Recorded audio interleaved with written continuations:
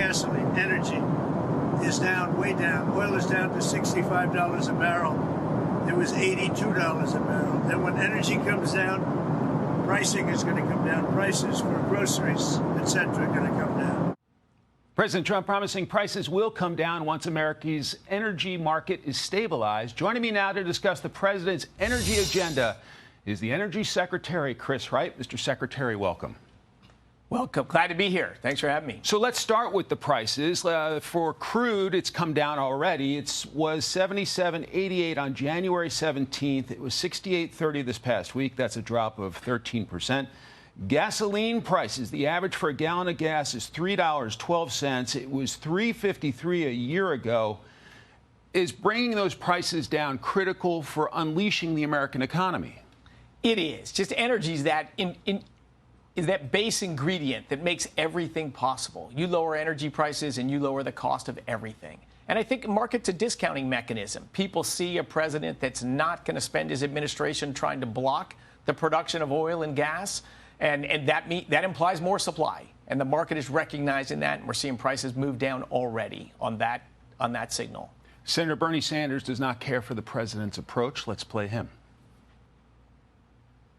Donald Trump may think that climate change is a hoax. We're going to pass a green jobs program. We can create millions of jobs, transforming our energy system away from fossil fuel. What about that? Yeah, so look, I went to college when I was 17 years old to work on fusion energy because we were running out of oil and gas. I worked on solar after that and then geothermal. So I'm not an oil and gas guy by background. There has been this belief or this desire to get rid of hydrocarbons for a long time. 1973, 50 years ago, the world got 85% of its energy from hydrocarbons, oil, gas, and coal. The last full year we have data, 85% of the energy from hydrocarbons.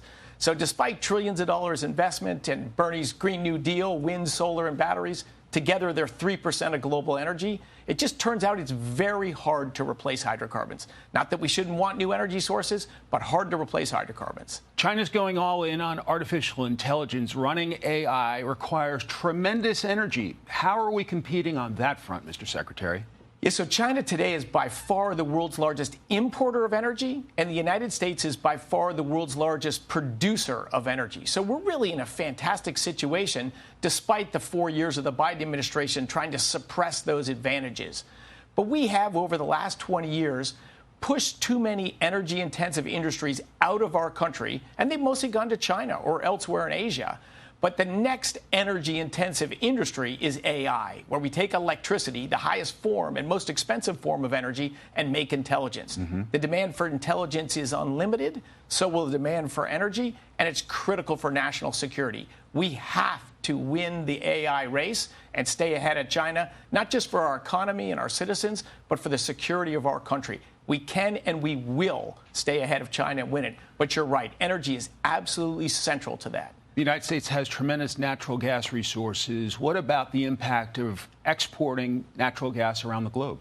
Yeah, 15 years ago, we were the largest importer of natural gas in the world. Today, we're the largest exporter in 15 years. That's technology. That's the American shale revolution. And we're doing it with 90% less drilling rigs than we had running 15 years ago. It is America's greatest energy advantage. So we've become the largest exporter of natural gas by pipeline to Mexico, but mostly via ship, liquefied natural gas. And the Biden administration put a pause on LNG exports 14 months ago, January of 2024, sending a message to the world, maybe the U.S. isn't going to continue to grow our exports. Think of the extra leverage that gives Russia, the extra fear that gives the Europeans or the Asians that are dying for more American energy. And they did this in spite of their own study that showed increasing LNG exports would reduce greenhouse gas emissions and have a negligible impact on price. But I think the politics of opposing hydrocarbons just got the best of them. And in spite of a study that said the opposite, they took an action destructive for America, destructive for world security. As you know, the president's looking for a way to end the war in Ukraine. You've proposed the idea that Americans could go and run some of the energy resources in Ukraine. Would you explain that?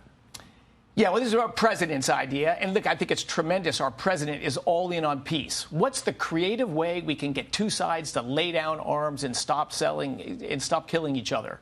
He's had a couple ideas. One is develop Ukraine's resources together. That's a win for Ukraine and a win for the United States. And more recently is we could take over the United States running the nuclear power plants in Ukraine. And they are very large plants. The U.S. has the greatest, we've been the gold standard of running and operating nuclear power plants and constructing them. That would work beautifully. Of course, America could do that. And if that's a way to entwine the United States into Ukraine in a peaceful, non-military way and bring peace to the world, I'd be all in to execute on that mission. Energy Secretary Chris Wright, thank you for your time today. I hope you'll come back. Thanks for having me.